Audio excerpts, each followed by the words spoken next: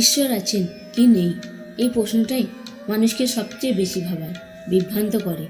আমরা অনেকেই গভীরভাবে ভাবি, কিন্তু এই প্রশ্নের উত্তর আমাদের অনেকের কাছে নেই। কেউ ঠিকমতো জানি না, আর হয়তো কোনোদিন জানতেও পারবো না। তাই আমাদের সামনে আছে শুধু দুইটি পথ।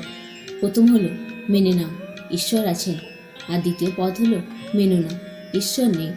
যদি মানো সেটা তোমার বিশ্বাস, তাহলে দয়া করে দাবি করো না যে তুমি ঈশ্বরের সব কিছু জেনে গেছো বা বুঝে গেছো। শুধু এটুকুই বলো তুমি বিশ্বাস করো, এক অদৃশ্য হাত তোমার পাশে আছে। আর যদি না মানো সেটা তোমার অবিশ্বাস, তাহলে জোর দিয়ে বলো না ঈশ্বর নেই। শুধু এটুকুই বলো তুমি বিশ্বাস করো না, তবু হয়তো বাতাসে অক্সিজেন হয়ে আছে বা কোনো আলোর রশ্মি হয়ে আছে, যা আমরা এখনো দেখতে পাইনি।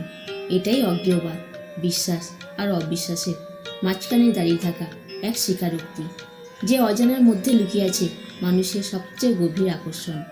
কখনো না জানা এই অজানাই আমাদের বাঁচিয়ে রাখে, প্রশ্ন করতে শেখায়, আর শূন্য আকাশের দিকে তাকিয়ে আমাদের মনে করিয়ে দেয় সব প্রশ্নের উত্তর জানার দরকার নেই। কিছু প্রশ্নই আমাদের জীবনের সবচেয়ে সুন্দর উত্তর হয়। তাই আসুন আর সবাই মিলে ভালোবেসে আমার সঙ্গে বলুন জয় শ্রীকৃষ্ণ।